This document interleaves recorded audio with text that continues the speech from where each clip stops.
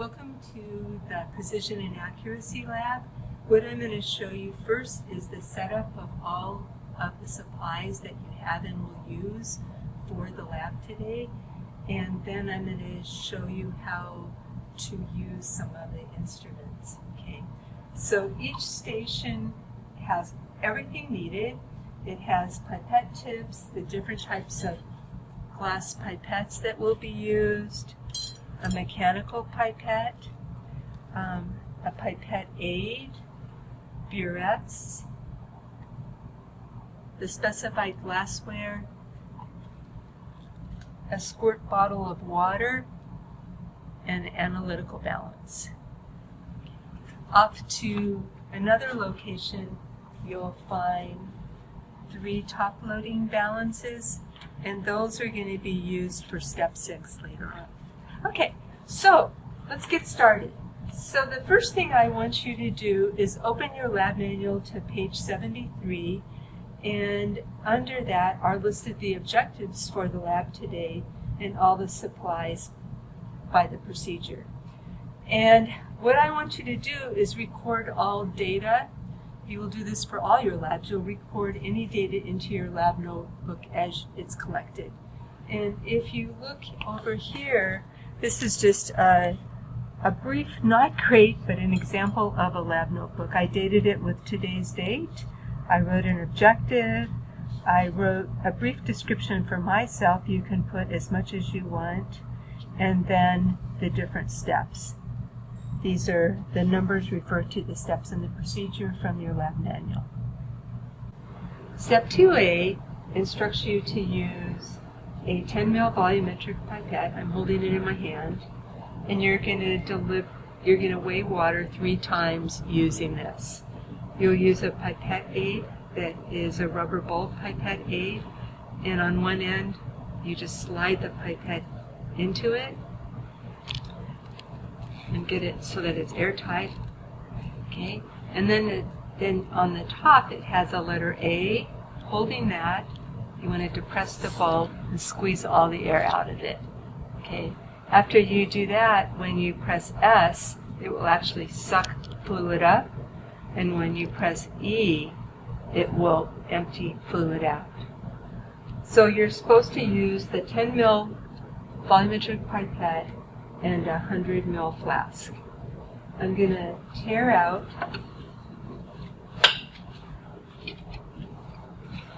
the weight of my 100 ml flask, okay, and I can actually add the solution through the top. Okay. So I'm going to pull up by pressing S for suck, I guess, 10 mils, and I'll pull solution up until I get to a specified mark on the glassware. It's a little red line, and then when the bottom of the meniscus is at that mark, then I will consider that the accurate volume. Sometimes it takes a couple times to get to that exact mark. Okay. Then I'm going to go over here, and then I'm going to empty my 10 mils into my beaker.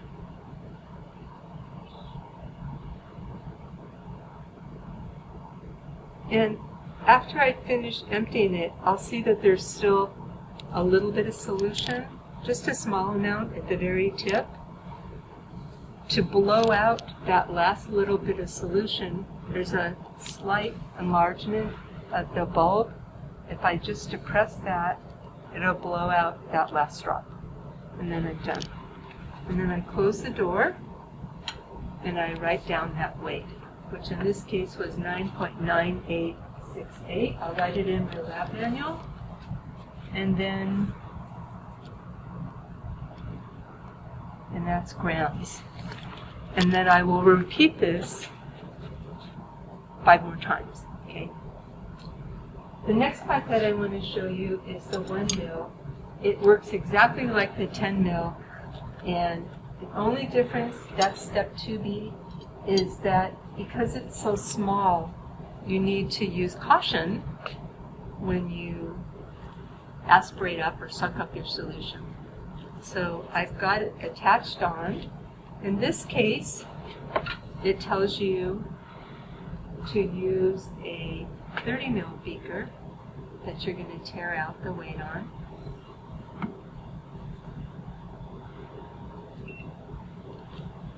And then you'll carefully suck up. It's a lot faster than the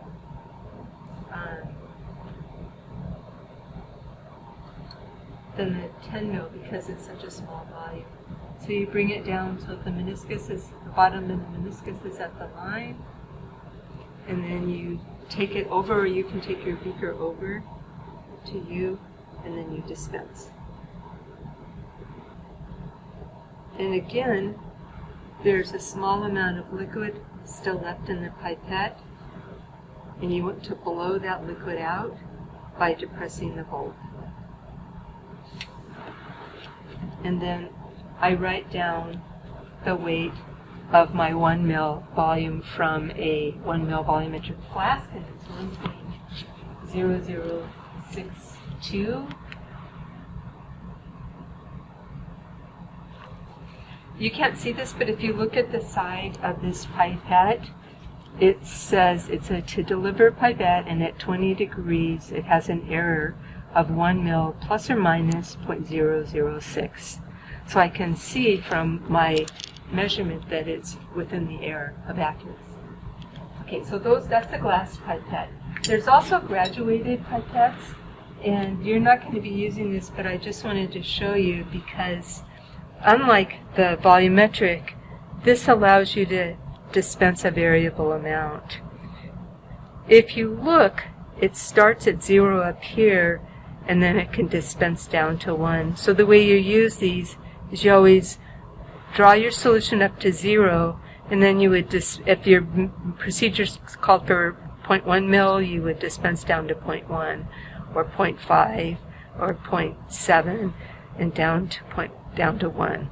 Okay, and again, this is a TD to deliver instrument.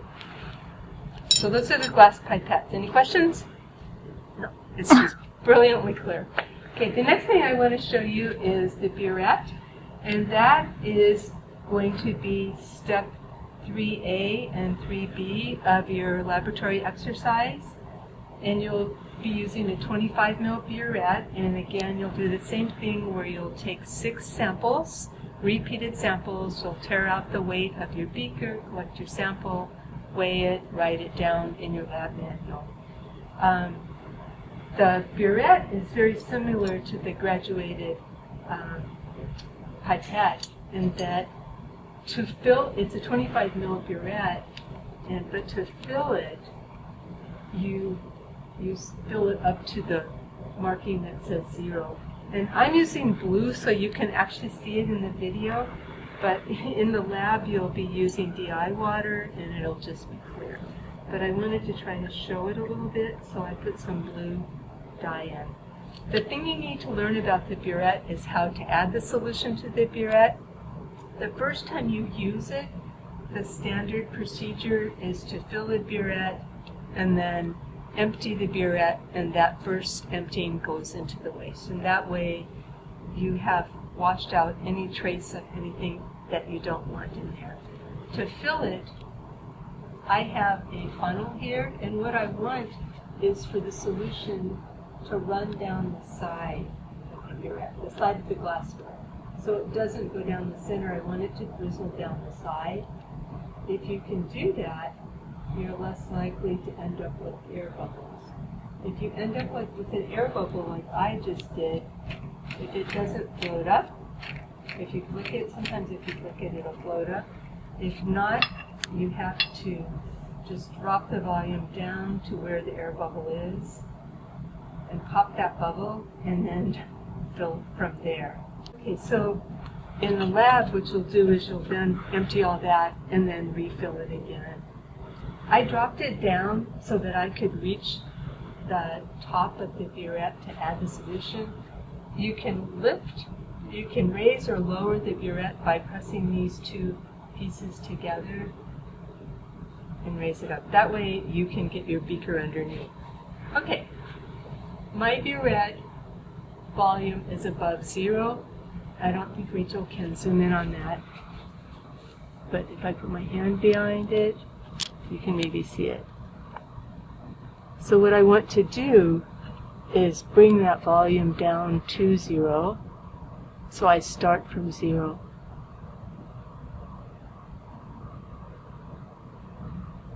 I think that's correct. So the instructions say for the 10 ml dispensing, again, you're going to tear out the weight of a 100 ml beaker. Okay. So I'll tear out that weight. I want you to write down what kind of balance you're using. This is a Sartorius, and the number of decimal points that it's displaying, because that's important. That's going to have to do with significant figures, because on a balance, that very last decimal point is a rounded number. So the only accurate number would be the third place in this case. So then I'm going to take my beaker over. I'm going to raise my burette up a little bit so I can get the beaker under there. And then I'm going to dispense down to 10 mils. Okay?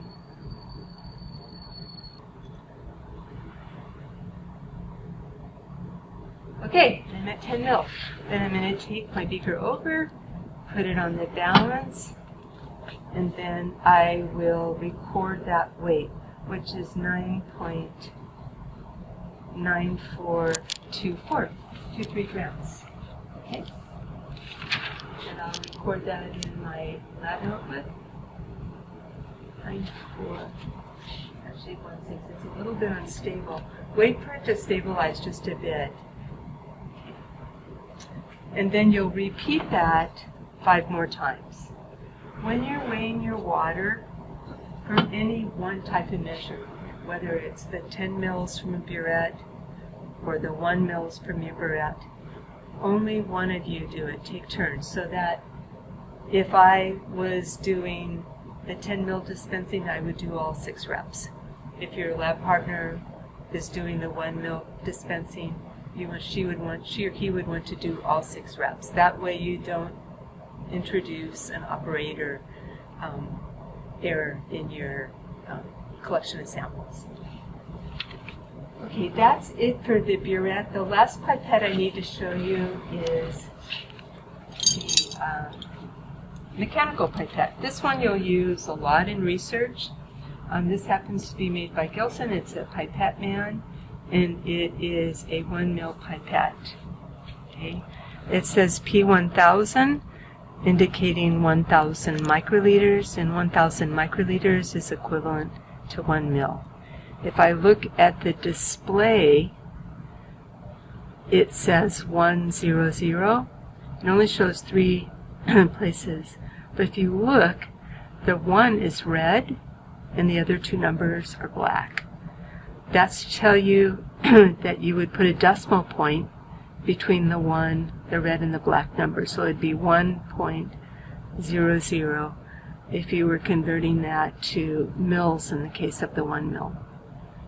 So if I put this if I just change the volume down to, say, 0.90, it would give me 0.9 mils, which is equivalent to 900 microliters. Okay? So the Pipette Man, the mechanical pipette, is supposed to be very accurate and precise if it's calibrated. Sometimes they get out of calibration and then it's a problem. When you're putting the tips on in the teaching lab class, what we want you to do is just put them on by hand. These boxes aren't the original boxes the tips came in, and sometimes students will try to pick it up. They jam the pipette tips in, they bend the tip of the pipette tips, So just kind of twist it on tightly. Okay. To use the pipette accurately and with precision, it's really simple. You just have to follow the instructions that come in the booklet with the pipette. And what that tells you to do is to depress the plunger to the first stop. Okay? The distance between the completely extended to the first stop is the accurate volume. You can actually press it farther, and what that is what's called blowout volume. Okay? This is an air displacement pipette, and so air is used to blow out any extra volume. In the same way that we blew out the extra volume at the tip of the glass pipette with this little bulb, depressing past the first stop all the way to the second blows out any extra volume in the pipette tip. To use it, the first thing you do is you pre-wet the tip, and I'm going to add one more solution. You put the tip in only about 1/4 of an inch, pull up your solution, pause, look at it, make sure it doesn't drip, have it set correctly, and then just dispense right back in. That's called pre-wetting the tip. You do that mostly with solutions that have a teeny tiny bit of viscosity. Water has very little, and it probably doesn't matter. But it's just a good procedure to learn to always pre-wet your tip. To get the accurate volume, I depress to the first stop before I put the tip in, allow the plunger to come up very slowly, and then I've got my volume. And then I'm going to tear out the weight of a beaker, just like in the previous case where you're measuring from the glass pipette. And then I'm going to add my 1 ml into it. I'm going to pause, and then I'm going to blow out that last little volume. In this case, I got 0.9946, and so then I would come over and I would record that in my lab manual under mechanical pipette. First reading, and then I would then repeat that 5 more times. I want to just show you what the effect is if you actually use more than the accurate volume, meaning that you collect past the first stop to the second stop. Students do this. And so remember I had 0.9946 for my accurate volume from the first reading, and now I'm going to pull out the blowout, and I had actually dispensed 1.1623 grams. So it's about 0.2 grams extra that you'll get, or 0.2 mils extra that you'll get by not using this correctly. So that's it for the pipettes, unless there's any questions. Okay, so we're going to have a procedures change for step 5 of your method, and instead of using the 100 ml volumetric flask, we're going to have you use a 50 ml volumetric flask. And the reason is because we want you to be able to use the analytical balance for this exercise, and using the 100 ml volumetric flask is too much weight for the analytical balance. So this is a demonstration of how some glassware are for containing a set volume as opposed to delivering a set volume. And you can't see it, but on the side of this glassware is written TC. Okay, remember the volumetric pipette had TD written on it, to deliver. The volumetric flask is different. It says TC, to contain. This is glassware specifically designed for bringing something to an exact volume. Okay. To demonstrate that you wouldn't use this glassware for delivering 50 mils, we're going to first tear out the weight of the flask. Okay, So we've tiered out the weight of the flask, and then I'm going to fill the flask to the mark that indicates 50 mils. I'm going to transfer some solution into the small beaker because it's hard to pour from that big flask. And I'm going to carefully try to pour it in there. And if you find that to be too hard, you can use a funnel to assist. A lot of times you use funnels with these volumetrics. I'm just going to pour enough in until I bring it to the top of the meniscus. The meniscus is at the top of the line.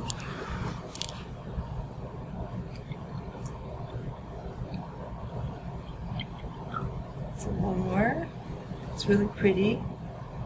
Commentary. I think at this point I'm going to take this off and I'm going to use my transfer pipette to bring it to volume, and I'm actually going to add it this way so I can watch where the volume is.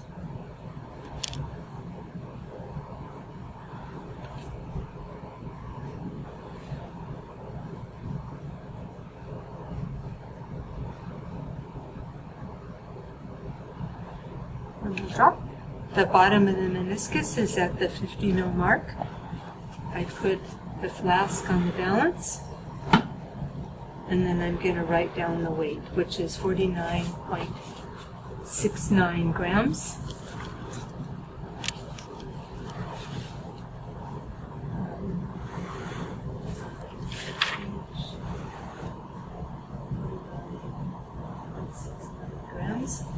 Okay. Now I want to see, does it actually deliver 49.69 grams? And so I'm going to tear out the weight of a beaker. Actually, I'm going to use the 100 ml beaker.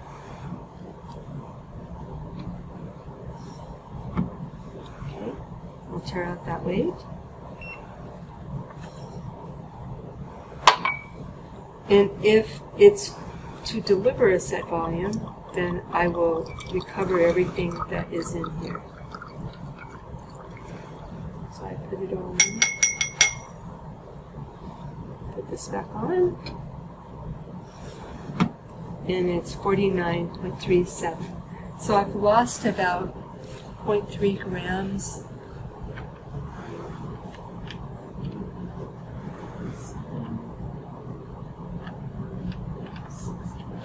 In the delivery. So that's just a demonstration, and then you'll use the Excel sheet. That data will go into. The last thing is to look at 3 different balances, and the explanations from that are pretty straightforward. You can just follow it. There will be a weight, and then you'll just weigh the weight on the different balances and record that. And that's it for today. There is cleanup, but we'll go over that in a different video.